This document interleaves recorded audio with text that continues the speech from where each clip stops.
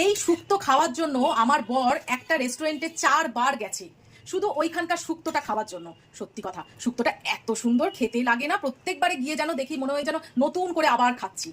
তা 4 বার গিয়ে আমার একটাই লাভ হয়েছে যে ওনার কাছ থেকে আমি জেনে নিয়েছি শুধু জাস্ট সিক্রেট মশলাটা কি, যেটা আমি বাড়িতে করলে হয় না কিন্তু রেস্টুরেন্টে বা কাজ বাড়িতে সেই টেস্ট পাই।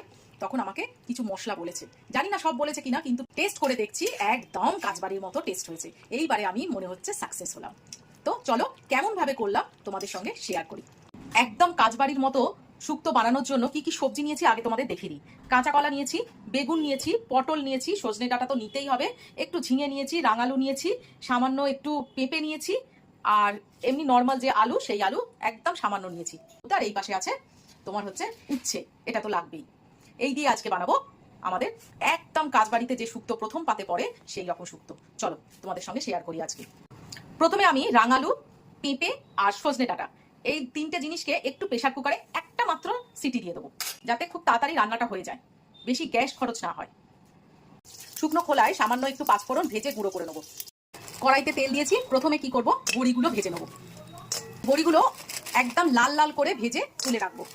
শুক্তোতে একটু বড়ি না দিলে কিন্তু বাঙালি পছন্দই করবে না। এইবারে প্রত্যেকটা সবজি এক এক করে ভেজে নেবো, আর সবগুলো ভাজবো কিন্তু হাই ফ্লেমে। হলুদ দিয়ে দিলাম, আর সঙ্গে একটু নুন দিয়ে দিলাম। উচ্ছেগুলো আর ভাজবো না, জাস্ট একটু কালার চেঞ্জ হয়েছে, এবারে উঠিয়ে নেবো। এইবারে বেগুনগুলো ভালো করে ভেজে নেবো। এইবারে আমি কিছু ফোড়ন দেবো।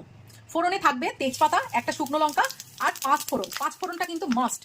ফ্লেমটাকে একদম লো করে দেবে, আর এই ফোড়নের গন্ধ ভালো আসার সঙ্গে সঙ্গেই আমি কিছু সবজি দিয়ে দেবো।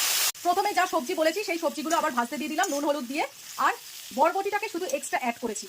সবজিগুলো ভালো মতো ভাজা হয়ে গেছে, এইবারে যেটা একটা সিটি দিয়ে সবজিগুলো সেদ্ধ করেছিলাম সেই সবজিগুলো দিয়ে দেবো, মানে পেঁপে, রাঙালু আর আমার এই যে সজনে ডাঁটা।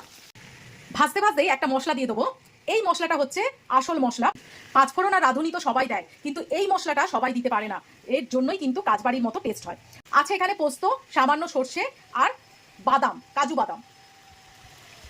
কিছু কিছু সিক্রেট মশলা না ওরা বলতে চায় না, ওই জন্য বাড়িতে এতবার করে শুক্তো করলেও ওই ওদের মতো শুক্তের টেস্ট হয় না।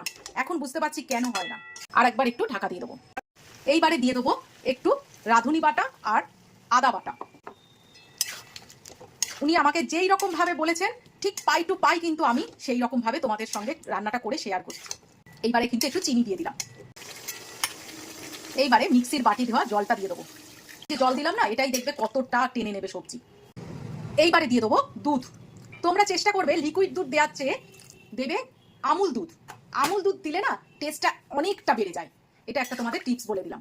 মশলাটা কিন্তু আমি যা যা দিয়েছি সেইগুলো দেওয়ার চেষ্টা করবে, তাহলেই দেখবে একদম কাজবাড়ির মতো শুক্তো হবে।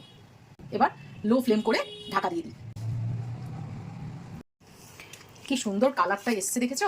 এর মধ্যে এবার বড়িগুলো দিয়ে দেবো, আর দিয়ে দেবো বেগুন আর উচ্ছে ভাজাটা। উচ্ছে দেওয়ার পরে একদম বেশিক্ষণ ফোটাবো না, কারণ হচ্ছে তাহলে শুক্তোটা একদম তেতো হয়ে যাবে। এইবারে হচ্ছে দিয়ে দেবো 5 ফোড়ন গুঁড়ো। কি হয়েছে, এই যে একটু হালকা ঝোলঝোল দেখছো, এটা যখন স্ট্যান্ডিং টাইমে 5 মিনিট রেখে দেবো না, অলরেডি দেখবে একদম টেনে নেবে ঝোলটাকে। এই সময় নুন মিষ্টি সব টেস্ট করে নেবে, এবং লাস্টে দিয়ে দেবো এই যে ঘি, যেটা ছাড়া পুরো অসম্পূর্ণ। আরে জমে যাবে একেবারে। আমার বাড়ির লোক প্রত্যেকে এই শুক্তোটা খেতে খুব ভালোবাসে। কেমন লাগলো অবশ্যই বলো। আজকের মতো বিদায় নিলাম, কালকে আবার একটা নতুন রেসিপি নিয়ে তোমাদের সামনে হাজির হব। আজকের মতো